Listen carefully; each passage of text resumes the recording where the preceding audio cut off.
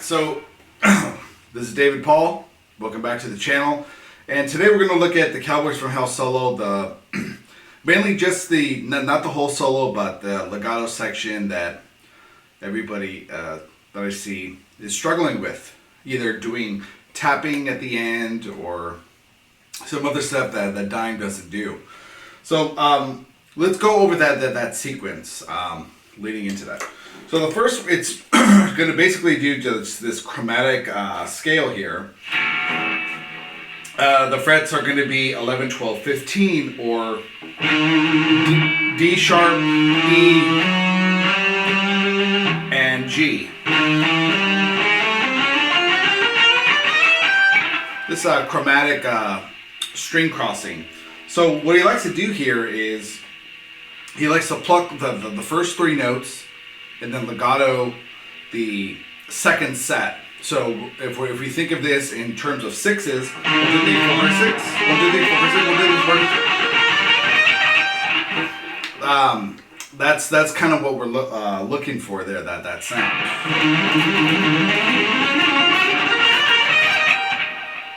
And he likes using the legato because Randy Rhoads was one of his favorite guitar players.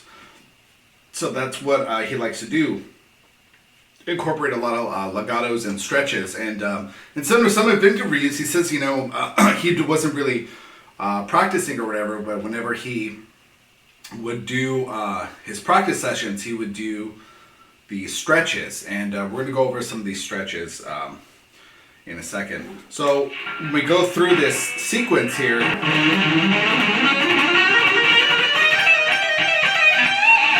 so when I got to that first string, it's going to be a double pull off here.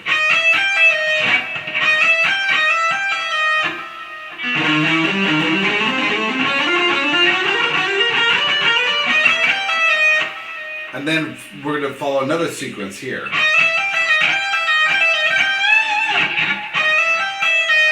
So we're going to do that double pull off, and then... Okay, so let's go through the sequence run here.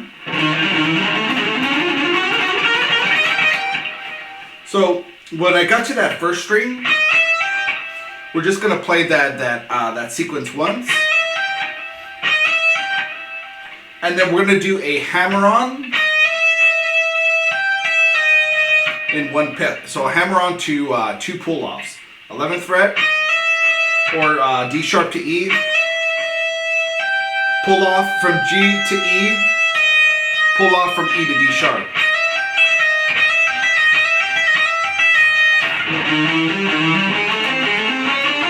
Slow. Now we're going to do two double pull-offs,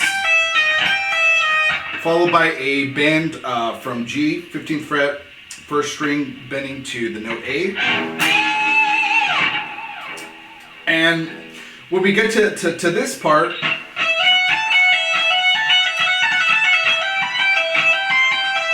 you're going to see a lot of stretches here. So if we look at what comes after the double pull-off to the bend,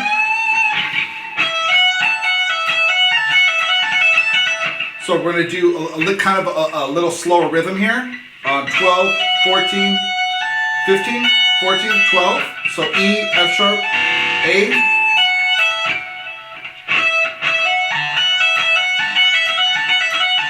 So two kind of slower rhythm ones, followed by two quicker ones.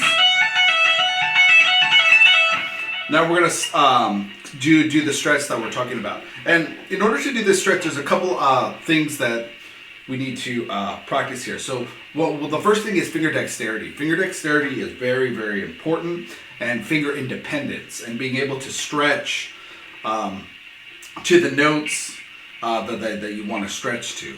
So this is going to circle back to what I said about Dime's practicing. He would like to do these trill exercises for different stretches. So for example, we can do these trills on the 15th fret and the 12th fret on the first string, G and the E.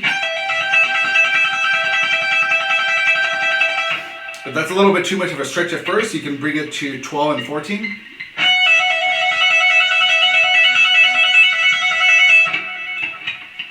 And 12 and 13. And then we'll kind of work it chromatically. See how far you can get.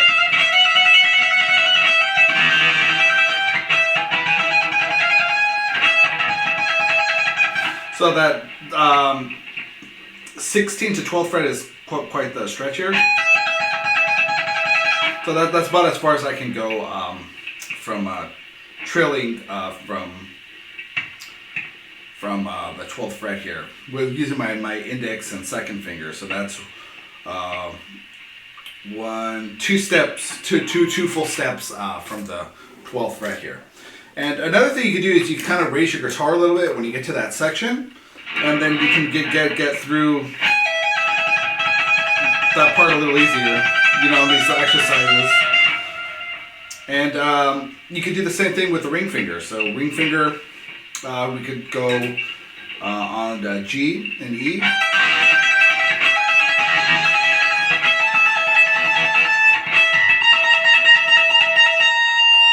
All right, so that is full step. So 3 full steps here from 1 to 3. Now pinky, we could start there on that 18th fret, A sharp, B flat.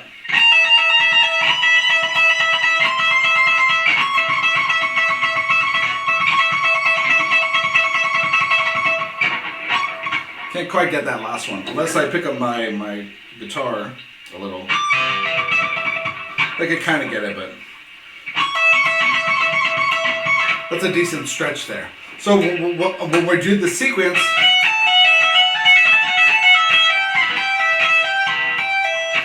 it kind of makes that passage a lot easier, especially doing this exercise. And if you feel your hand kind of tense up or you're using a little too much tension, just drop your hand, let the blood flow back into the hand, and redo this.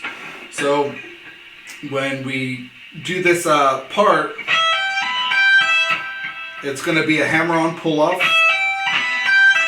double pull-off, right? So same thing as before. 12, 15, 19, pull-off 19, pull-off 15. So E, G, B, E, G. So this is an E minor arpeggio, right? E, G, B. You can hear the notes there. Do, mi, sol, mi, do, right? So now we're going to raise that sol note to C, which is going to be on the 20th fret. And then the next part here, we're going to slide with our pinky and then do a pull-off hammer on with our second finger. One pick. So I'm sliding with my pinky to the 20th fret and then hammering on with my second finger on D.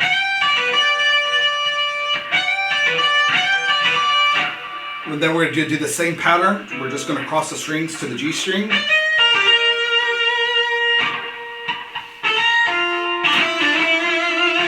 What I did there was slide from 19 to 20.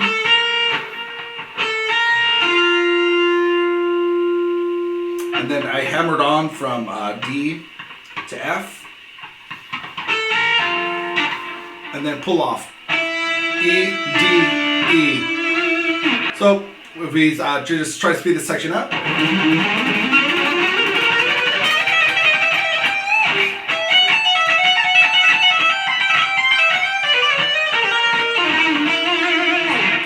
And that's kind of how you do that section. So there's a lot of finger independence going on.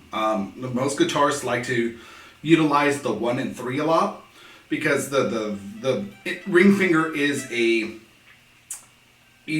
stronger finger to use compared to the 4 and the 2. And you want to be able to use all of your fingers equally and able to unlock more things in your playing, to be able to create these really cool stretches in your playing and things like that. So you can start kind of doing trills and subscribing to my channel and taking a look at other cool exercises and breakdowns that can help improve your playing and that you can incorporate it into your own playing. Hope you guys enjoyed this video. Hope it wasn't too long. Until the next video, horns up, skull, keep up the shred.